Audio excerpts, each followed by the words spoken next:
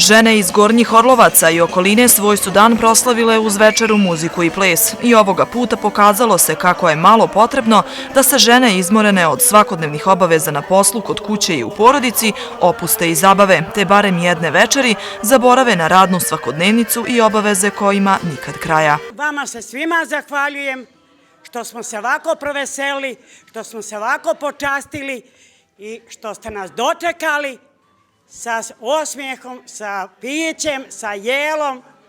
Iznenađeni smo svi i svima ženama želim sretnu 8. mart. Ovo vam je prelijepo, nisam bila ovdje večeras, nisam mogla doći na otvor, ali mi se pravo sviđa, sređeno, uređeno, sve naj. Žene na ovih naselja, ovdje okolnih, se druže, pjevaju, igraju. Imamo ovdje i veterane, djeluje folklorna sekcija, pa smo večeras malo igrali razna kola, učimo se. Uglavnom sve je jako dobro. Bitno je da je raspoloženje na nivou. U ovom društvenom domu, od kada je obnovljen, svaki dan je veselo. Pero Špadić, predsjednik Savjeta mjesne zajednice Gornji Orlovci, kaže da polako uvode nove sadržaje, koji svakim danom privlače sve više ljudi u ovaj društveni dom. Moram da napomenem da mi ovdje imamo i folklornu sekciju koja okuplja preko 70 članova. Imamo redovne probe srijedom i nedeljom.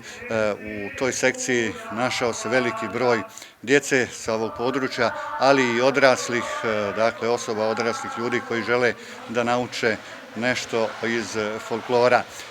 Pored toga, mjesni dom je dobio i sto za stolni tenis, dakle svako večer i svaki dan ovdje dolaze mladi ljudi, omladina, da se zabave, da se rekreiraju malo u ovom sportu.